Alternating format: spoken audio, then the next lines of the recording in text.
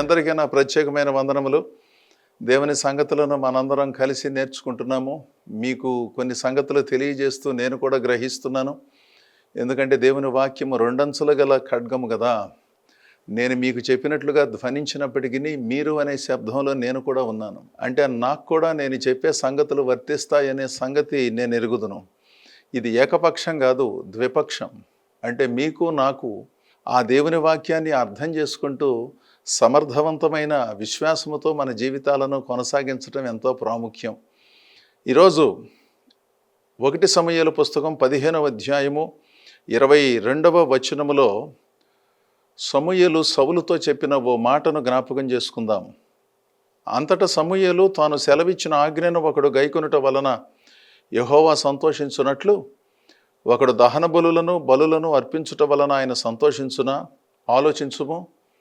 బలులు అర్పించుట కంటే ఆజ్ఞ గైకొనుటయు, పొట్టేళ్ల క్రొవ్వు అర్పించుట కంటే మాట వినుటయు శ్రేష్టము. అంటే దేవుని మాట వినటం శ్రేష్టం. దేవుని మాట వినకుండా రకరకాలైన విచిత్రమైన కార్యక్రమాలు జరిగించటం వలన పెద్ద ప్రయోజనం లేదు అంటున్నాడు. మనం అర్థం చేసుకునే భాషలో మాట్లాడవలసి వస్తే, అంటే సమూయేలు సౌలుతో చెప్పిన మాటను సరిగా వినకుండా పాక్షికముగా విని తనకు తోచినట్లుగా అమాలేకీయుల విషయంలో వ్యవహరించాడు. అంటే దేవుడు చెప్పినట్లుగా అతడు చేయకుండా తనకు తోచినట్లుగా, తనకు ఆలోచన వచ్చినట్లుగా వ్యవహారం చేసి తానేదో గొప్పగా దేవుని మాట విన్నట్లుగా భావించిన సందర్భంలో దేవుడు సమూయేలుతో మాట్లాడినప్పుడు సమూయేలు సౌలు దగ్గరకు వెళ్ళి చెప్పినటువంటి మాట, దహన బలులు అర్పించటం, రకరకాలైన బలులు అర్పించటం, రకరకాలైన ఆధ్యాత్మిక కార్యక్రమాలు నిర్వహించటం, ఇది గొప్ప సంగతిని భావించటం కాదండి సౌలు గారు. దేవుని మాట వినటం శ్రేష్టం. కానీ దేవుని మాట వినకుండా, దేవునికి విధేయత చూపించకుండా నేను అది చేశాను ఇది చేశాను అని చెప్పుకోవటం వలన పెద్ద ప్రయోజనం లేదు అంటున్నాడు. దేవుని మాట వినటమే ప్రధానమైన అంశం. ఈ రోజుల్లో కూడా చాలామందిని మనం చూస్తాం కదా, దేవుడు చెప్పినట్లుగా చేయరు. దేవుడు చెప్పినట్లుగా కొంచెం చేస్తారు, మిగిలినది వారికి ఇష్టమైనట్లుగా, వారికి తోచినట్లుగా జరిగించి అదేమంటే దేవుడు నాతో చెప్పాడు అని వినేవాళ్ళ నోళ్ళు మూయిస్తారన్నమాట. దేవుడు రాత్రి నాకు కనబడి చెప్పాడండి, దర్శనంలో చెప్పాడండి, ప్రవచనంలో చెప్పాడండి, అందుకు నేను ఇలా చేస్తున్నానండి అంటే ఎవరు మాట్లాడతారు చెప్పండి? ఏమో నిజంగా దేవుడు చెప్పాడేమోననే భావనతో కాస్త మౌనముగా ఉండే పరిస్థితులు మనకు కల్పించబడుతున్నాయి కదా. దేవుడే గనక దానిని చెప్పినట్లయితే ఆ పద్ధతులు, ఆ పరిస్థితులు, ఆ ఫలితాలు వేరుగా ఉంటాయి. ఇక్కడ సమూయేలు చెప్పిన మాట ఇదే, దహన బలులు అర్పించటం వలన దేవుడు సంతోషిస్తాడు అనుకుంటున్నారా సౌలు గారు? దేవుని ఆజ్ఞను గైకొనాలి కదండి, దేవుడు చెప్పినట్లుగా భక్తి చేయాలి కదండి. సొంత భక్తి చేస్తే ఎట్లాగండి బాబో? మీకు తోచినట్లుగా మీరు నడుచుకుంటే ఎలాగూ? మీ దగ్గర డబ్బులు ఉన్నాయి కదా అని, మీరు రాజులు కదా అని, మీరేమంటే అది చెల్లుబాటు అవుతుంది కదా అని, ఏ మాట పడితే ఆ మాట మాట్లాడటానికి, ఏది పడితే అది చేయటానికి, అదేమంటే దేవుని దర్శనం అని చెప్పి విచిత్రంగా విశృంఖలమైన స్వేచ్ఛతో మీరు వ్యవహరించే విధానం ఏ విధంగానూ మంచిది కాదండి. ఎందుకు మీరు అలా ప్రవర్తిస్తున్నారు అని సున్నితంగా సమూయేలు సౌలును గద్దించాడు. దేవుని మాట వినటం శ్రేష్టంగానండి, మీరు చెప్పినట్లుగా దేవుడు వినాలని కోరుకోవటం అన్నిసార్లు సరి అయినది కాదు అన్నాడు. చాలా సందర్భాలలో మీరు నేను దేవునితో చాలా సంగతులు చెబుతాం కదా, మనకి ఏది ఇష్టమో దానిని చెబుతాము. దేవుడు కొన్నిసార్లు వాటిని ఆమోదిస్తాడు, కొన్నిసార్లు సవరిస్తాడు, కొన్నిసార్లు అది వద్దు అని చెబుతాడు. దానిని అర్థం చేసుకుని అలాంటి కార్యక్రమాలను జరిగించకుండా జాగ్రత్త పడటం విఘ్నుల లక్షణం. అదేమీ లేకుండాను వాళ్ళను వీళ్ళను చూసి నాకేం తక్కువ, నేను చేయగలను, నేను చెప్పగలను, నా దగ్గర డబ్బులు ఉన్నాయి, నేను ఎక్కడికైనా వెళ్తాను, ఏమైనా చేస్తాను అని అనుకుంటూ అదేమంటే దేవుడు నాతో చెప్పాడండి అని చెప్పి ఇతరుల నోళ్ళు మూయించి ఎవరికి తోచినట్లుగా వాళ్ళు దేవుని పేరుతో అనవసరమైన కార్యక్రమాలను చేపట్టడం, అర్థం లేనటువంటి పద్ధతులను ప్రజలకు పరిచయం చేయటం, తద్వారా భక్తి ప్రపంచంలో రకరకాలైనటువంటి పరిస్థితులు ఏర్పడటం మనం చూస్తున్నాం కదా. దేవుని మాట వినటమే శ్రేష్టమండి. దేవుడేం చెబుతున్నాడు? స్పష్టంగా సంగతిని గ్రహించాలి అంటే బైబిల్ చదవాలి.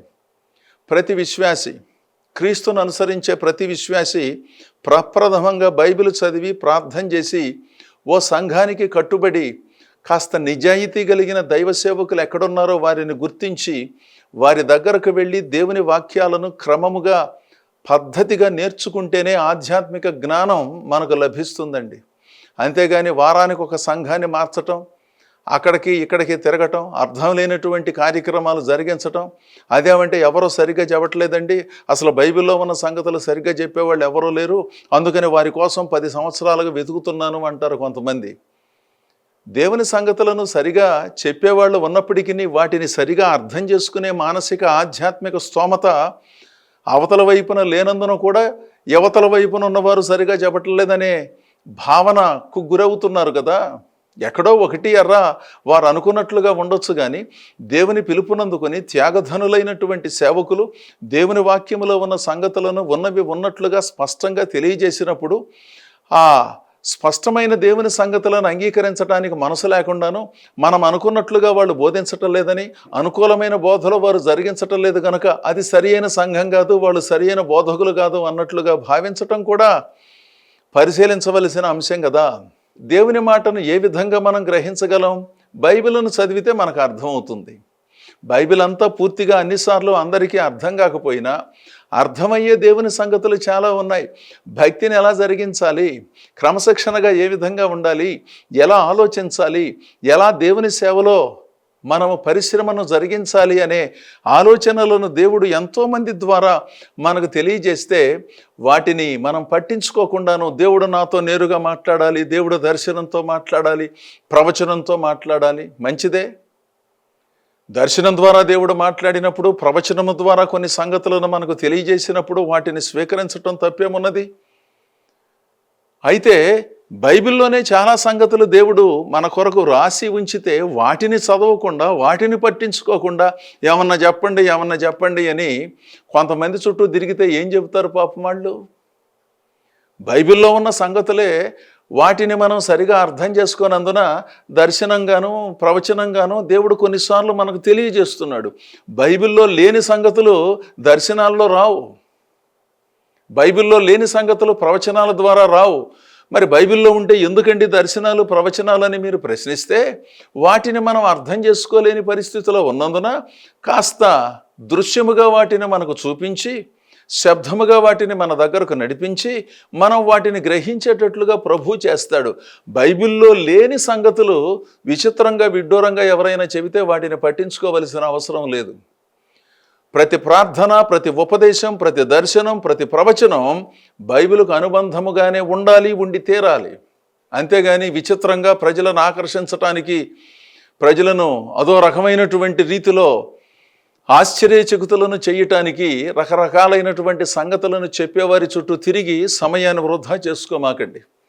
దేవుని మాట వినటమే శ్రేష్టం, కానీ దేవుని మాట వినకుండా మీకు తోచినట్లుగా మీరు భక్తి కార్యక్రమాలను నిర్వహించటం ఏ విధంగానూ శ్రేష్టం కాదండి. సౌలు గారు, ఏ సంగతిని మీరు గ్రహించాలి. ఇంతకు ముందు కూడా నేను మీతో ప్రస్తావించాను, ఇంతకు ముందు కూడా సున్నితముగా మిమ్మల్ని గద్దించడం జరిగింది.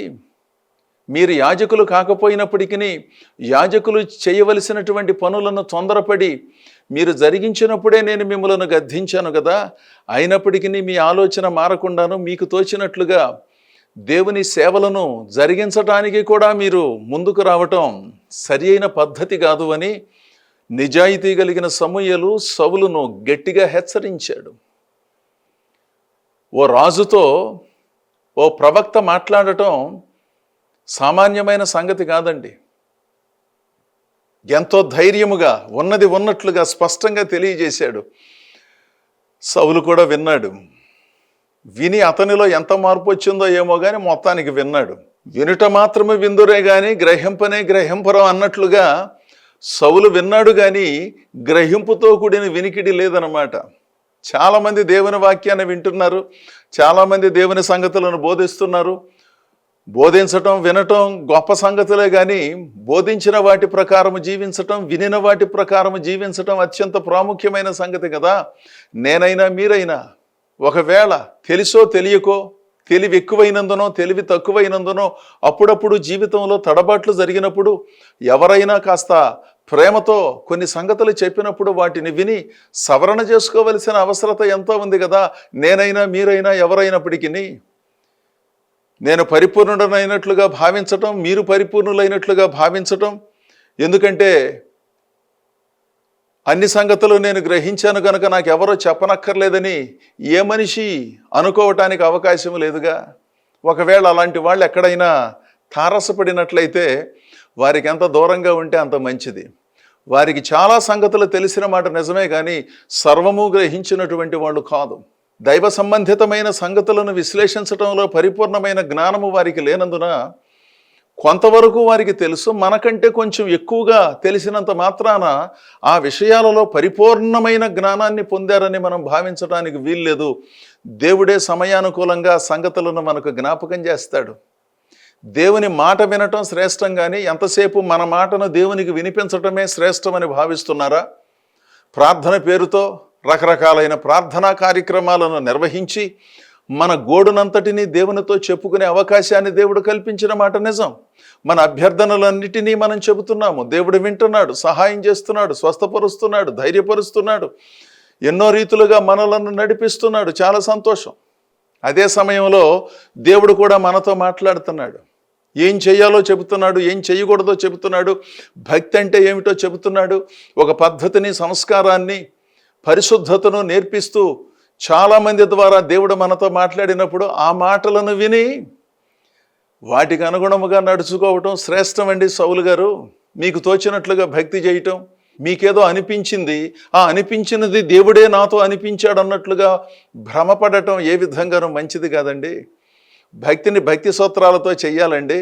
అర్థం లేనటువంటి ఆలోచనలతో వాళ్ళు వీళ్ళు ఏదో కబుర్లు చెబితే అదేదో ఉన్నతమైన ప్రణాళికగా భావించి ప్రజలను ఆకర్షించడానికి ఇదేదో పనికొస్తుందన్నట్లుగా ఆలోచన చేయటం ఏ విధంగానూ సరికాదండి బాబు. దేవుని మాటను వినటం శ్రేష్టం. బలులు అర్పించటం కంటే, దహన బలులు అర్పించటం కంటే, దేవుని కార్యక్రమాలను ఆ పేరుతో ఈ పేరుతో జరిగించటం కంటే దేవుడు ఏం చెబుతున్నాడో ఆ సంగతిని మీరు నేను విని సరిగా అర్థం చేసుకుని సరిగా ఆ పనులను జరిగించటమే ప్రధానమని సమూయేలు సౌలుతో చెప్పాడు. ఆ తర్వాత ప్రసంగి పుస్తకం 5వ అధ్యాయం 1వ వచనములో సొలొమోను చెప్పినటువంటి మాట, నీవు దేవుని మందిరమునకు పోవునప్పుడు నీ ప్రవర్తన జాగ్రత్తగా చూసుకొనుము. అంటే దాని అర్థం దేవుని మందిరానికి వెళ్ళినప్పుడే ప్రవర్తన సరిగ్గా చూసుకోవాలా?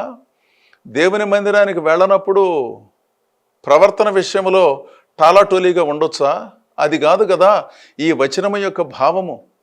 దేవుడు అంతటా ఉన్నాడు, సర్వాంతర్యామి, సర్వము దేవుని మయము కదా. దేవుడు ఆవరించి తన దివ్యమైన బోధలను ప్రపంచానికి అందిస్తున్నాడు. మరి మందిరానికి ఎందుకండి వెళ్ళటం అనే ధర్మ సందేహం కలిగితే ఆ మందిరములో కూర్చుని, అంటే ఎక్కువ మంది వచ్చి కూర్చోవటానికి వీలు ఉంటుంది. అక్కడ స్వేచ్ఛగా పాటలు పాడుకోవటానికి, చక్కని సంగీతముతో కూడిన పాటలు వినటానికి, దేవుని మాటలు కాస్త దీర్ఘంగా వినటానికి ఆ ప్రాంగణము మనకు అవసరము గనుక మనందరం దేవుని సన్నిధికి వెళుతున్నాము. అయితే దేవుడు అంతటా ఆవరించి ఉన్నాడు. దేవుని మందిరానికి వెళ్ళినప్పుడే మన ప్రవర్తన అంతటిని సరిగా చూసుకోవాలి. అంటే దేవుని మందిరానికి వారములో ఎన్నిసార్లు వెళతారండి సగటు విశ్వాసి? ఒకసారా, 2 సార్లా? చాలా కార్యక్రమాలు జరుగుతాయి, కానీ అన్ని కార్యక్రమాలకు వెళ్ళలేరు కదా. ఎందుకంటే వారికి ఉద్యోగాలు, వ్యాపారాలు, వ్యవహారాలు, అనారోగ్యాలు, దూరం భారమైనందున కొన్నిసార్లు కొంతమంది అన్నిటికీ రాలేరు, కొంతమంది కాస్త ఎక్కువగా వస్తారు. మరి ఆ తర్వాత ఎక్కువసేపు బయటే కదా ఉండేది. ఇంట్లో ఉంటారు, ఉద్యోగంలో ఉంటారు, వ్యాపారం చేస్తూ ఉంటారు, ప్రయాణాలు చేస్తూ ఉంటారు. అంటే దేవుని మందిరానికి వెళ్ళినప్పుడు ప్రవర్తనను సరిచేసుకోవాలి. దేవుని మందిరంలో నుంచి వచ్చిన తర్వాత ఎవరిష్టం వచ్చినట్లుగా వాళ్ళు ఉండాలనే కాదండి. ఇక్కడ దైవ సంబంధితమైన క్రమశిక్షణను గురించి సొలొమోను మాట్లాడుతున్నాడు. అంటే దేవుడు మాట్లాడుతున్నాడు ఆయన ద్వారాను. అంటే దేవుని సేవించేవారు ఎప్పుడూ కూడా ఒక నిబద్ధత కలిగి, ఒక క్రమశిక్షణ కలిగి, ఒక పద్ధతిలో ఉండాలని చెబుతున్నాడు అన్నమాట. ఈ సంగతి చాలా ప్రాముఖ్యమండి. దేవుని మందిరానికి పోయినప్పుడే కాదు, దేవుని మందిరం నుంచి ఇంటికి వచ్చినప్పుడు, దేవుని మందిరం నుంచి ఉద్యోగానికి వెళ్ళినప్పుడు, దేవుని మందిరాన్ని చూసుకుని ప్రయాణమై వెళ్ళినప్పుడు కూడా అదే పద్ధతిలో జీవించటం ప్రాముఖ్యం. దేవుని మాటను మనం జీవితంలో వినటం ఎంతో ప్రాముఖ్యం. అనగా దేవుడు చెప్పినట్లుగా నడుచుకోవటం ఎంతో ప్రాముఖ్యం. మనకు తోచినట్లుగా మనం భక్తి కార్యక్రమాలను నిర్వహించుకోవడానికి అవకాశం లేదు. కాకపోతే కొంతమంది స్వేచ్ఛను తీసుకుని అలా చేస్తున్నారు అన్నమాట. ఎందుకు చేస్తున్నారో దాని వలన ప్రయోజనం ఏమిటో వాళ్ళకే తెలియాలి. దేవుని సేవిస్తూ ఉన్న ప్రజలారా, ఈ మాటలు వింటూ ఉన్నవారలారా, మనందరం దేవుని మాటను వినాలి అంటే దేవుడు ఎప్పుడూ మనతో మాట్లాడుతూనే ఉన్నాడు. ప్రకటన పుస్తకం 2-3 అధ్యాయాలను పరిశీలించినప్పుడు 7 సంఘాల ప్రస్తావన జరిగినది కదా. ప్రతి సందర్భములోనూ ఆత్మ సంఘములతో చెప్పుచున్న మాట చెవిగలవాడు వినుగాక అని మనం చదువుతూ ఉంటాం. వినగలిగిన చెవులు గలవారు వినుగాక, విని అర్థం చేసుకునే చెవులు గలవారు వినుగాక అనే భావం ఉన్నది ఆ మాటలో. చాలా సంగతులు మనం వింటాము కానీ పట్టించుకోం కదా. మనకు ప్రయోజనము అనుకున్న వాళ్ళ చుట్టూ తిరుగుతాము. ఇది మానవ సహజ లక్షణం కదా. మనకు అవసరం ఉంటే వెళతాము, అవసరం లేకపోతే మనం వెళ్ళాల్సిన అవసరం లేదనే ఒక సహజ భావనలో మనం ఉన్నాము. అంతా నిజం కాకపోయినా అది కూడా కొంతవరకు నిజమే. ఎందుకంటే ప్రతిసారి ప్రతి సందర్భానికి మనం తగుదనమ్మా అంట బయలుదేరలేం కదా. ఎవరి బాధ్యతలు వాళ్ళకు ఉన్నాయి కదా. దేవుని మాట వినటమే శ్రేష్టము. ప్రవర్తన అంతటి యందు దేవుని అధికారానికి ఒప్పుకోవాలి. మన ప్రవర్తనను చాలా జాగ్రత్తగా చూచుకుంటూ ఆ దైవ సంబంధితమైన కార్యక్రమాలను నిర్వహించవలసి ఉన్నది. అయితే సౌలు అలా చేయలేదు. ఆయన అనుకున్నాడు, నేను మహారాజును కదా, నా దగ్గర డబ్బులు ఉన్నాయి కదా, పేరు ప్రఖ్యాతలు ఉన్నాయి కదా, ప్రజలందరూ నా వైపే ఉన్నారు కదా, నేను కూడా రోజు ప్రార్థన చేసుకుంటున్నాను కదా అనే భావనలో ఎక్కడో తడబడి సమూయేలు చేయవలసిన వాటిని సౌలు జరిగించటం, సమూయేలు చెప్పిన సూచనలను అతడు పాటించకపోవటం, తన వ్యక్తిగత అభిప్రాయాన్ని కలిపి భక్తి చేయటం, ఈ పద్ధతులను అనుసరించి దేవునికి దూరం అయ్యాడనమాట. దేవుడిచ్చిన అవకాశాన్ని దుర్వినియోగం చేసుకున్నాడు. దేవుడు అతనిని ఇశ్రాయేలీయులకు ప్రప్రథమ రాజుగా నియమించిన ఆ గొప్ప అవకాశాన్ని చేజార్చుకుని జీవిత విలువలను కోల్పోయి అటు కుటుంబానికి దేవునికి దూరమై జీవితాన్ని అత్యంత విషాదకరమైన పరిస్థితిలో ముగించడం మనకు తెలుసు కదా. అందుకని దేవుని ప్రజలారా, దేవుని మాటను విందాం. మన మాటను దేవుడు వినాలని కోరుకుంటున్నాము. ఎందుకంటే మనకున్న సమస్యలు అలా ఉన్నాయి, మన ప్రార్థనలు అలాగే ఉంటున్నాయి, ప్రార్థన కోరటం కూడా అలాగే ఉన్నది. ఎందుకంటే దేవుడే నన్ను అడగమన్నాడు కనుక మనం అడుగుతున్నాం, మంచిదే. అదే సమయంలో దేవుడు మనతో చెప్పే మాటలను మనం ఎంతగా వింటున్నాం? మన అవసరాలన్నీ దేవునికి చెప్పుకోవటంలో మనందరం పోటీ పడుతున్నాం. మరి దేవుడు కూడా మనతో మాట్లాడుతున్నాడుగా, ఇది చెయ్యొద్దు, ఇక్కడికి వెళ్ళొద్దు, ఇలాంటి పద్ధతిని అనుసరించవద్దు, భక్తిని భక్తి సూత్రాలతో చెయ్యండి అని 1-4 సార్లు 40 సార్లు ప్రేమతో దేవుడు హెచ్చరిస్తూ ఉంటే వాటిని పట్టించుకోకుండా మనకు తోచినట్లుగా మనం భక్తి కార్యక్రమాలను నడపటం ఏ విధంగానూ మంచిది కాదు కదా. మత్తయి సువార్త 23వ అధ్యాయము 23వ వచనం. అయ్యో వేషధారులైన శాస్త్రులారా, పరిసయ్యులారా, మీరు పుదీనాలోను పోపులోను జీలకర్రలోను 10వ వంతు చెల్లించి ధర్మశాస్త్రములో ప్రధానమైన విషయములను అనగా న్యాయమును కనికరమును విశ్వాసమును విడిచిపెట్టితిరి, వాటిని మానక వీటిని చేయవలసి ఉండెను. అంటే యేసు ప్రభు జీవించిన కాలంలో పరిసయ్యులు బాగా చదువుకున్న వాళ్ళు, మేధావి వర్గానికి చెందినవారు, పండితులు అన్నమాట అండి. వీళ్ళు ధర్మశాస్త్రాన్ని కంఠస్థం చేసిన వాళ్ళు. వీళ్ళు కాస్త భక్తి వేషాన్ని ధరించుకొని విచిత్రంగా వ్యవహారాలు చేస్తున్నారన్నమాట. వేషధారులైన శాస్త్రులారా, పరిసయ్యులారా అంటే కాస్త శాస్త్రం తెలిసిన శాస్త్రులండి వీళ్ళు. ఎవరు పడితే వాళ్ళు శాస్త్రాన్ని అవగాహన చేసుకోలేరు కదా. వీళ్ళు కాస్త దైవ లేఖనాలను చక్కగా అధ్యయనం చేశారు. పరిసయ్యులేమో ధర్మశాస్త్రాన్ని కంఠస్థం చేసి ఆనాటి సమాజంలో పెద్ద మనుషులుగా ఉన్నారు. చాలా చక్కని గుర్తింపు పొందినటువంటి తెగలన్నమాట అండి వీళ్ళు. వాళ్ళతో ప్రభు చెప్పిన మాట ఏమిటంటే, మీరు పుదీనాలోను సోపులోను జీలకర్రలోను 10వ వంతు చెల్లిస్తున్నారు. ధర్మశాస్త్రములో ఆలయ సంబంధమైన విధులను ఎవరికి వారు నిర్వహించుకోవటానికి, స్వయం ప్రతిపత్తిని పొందటానికి, మందిర సంబంధమైనటువంటి సంగతులను సమకూర్చుకోవటానికి భక్తులు 10వ వంతును చెల్లించాలనే నియమం ఉన్నదన్నమాట. దానిని కొంతమంది అపార్థం చేసుకుని భక్తుల దగ్గర నుంచి సొమ్ములు సేకరిస్తున్నారని చెప్పుకుంటున్నారు. ఆ సొమ్ములు దేవుని సేవలో వినియోగించటానికి, సమావేశాలు నిర్వహించటానికి, ఆధ్యాత్మిక కార్యక్రమాలు నిర్వహించటానికి వినియోగించాలనే ఉద్దేశంతో దేవుడు ఏర్పాటు చేసిన ఆర్థిక నియమావళి. దానిని అర్థం చేసుకోకుండా అది దైవ సేవకులు పూర్తిగా స్వీకరిస్తున్నారని భావించి అదో రకమైనటువంటి భావనతో కొంతమంది మాట్లాడటం జరుగుతోంది. మనం ఈ సంగతిని గ్రహించాలి. దైవ సంబంధితమైన కార్యక్రమాలు దేవాలయములో నిర్వహించటానికి, వచ్చిన వారికి భోజనాలు పెట్టడానికి, వచ్చిన వారికి చేయూతనివ్వటానికి, కాస్త ఆర్థిక సహాయము అవసరత చొప్పున జరిగించటానికి, అన్నవస్త్రములు కల్పించటానికి, విధవరాండ్రను సంరక్షించటానికి సొమ్ములు కావాలి కదా. దేవుని సేవకుని కంటే ఆ సేవకుడు చేసే సేవలకు సొమ్ముల అవసరత ఎంతో ఉంది కదండి. అందునిమిత్తమై దేవుడు నియమించిన ఆర్థిక నియమావళి అది. దానిని సరిగా అర్థం చేసుకోకుండా మరో రీతిలో కొంతమంది అర్థం చేసుకుంటున్నారు. ఇక్కడ శాస్త్రులు పరిసయ్యులు చేసే పని ఏమిటంటే పుదీనాలోను సోపులోను జీలకర్రలోను 10వ వంతును చెల్లిస్తున్నారు.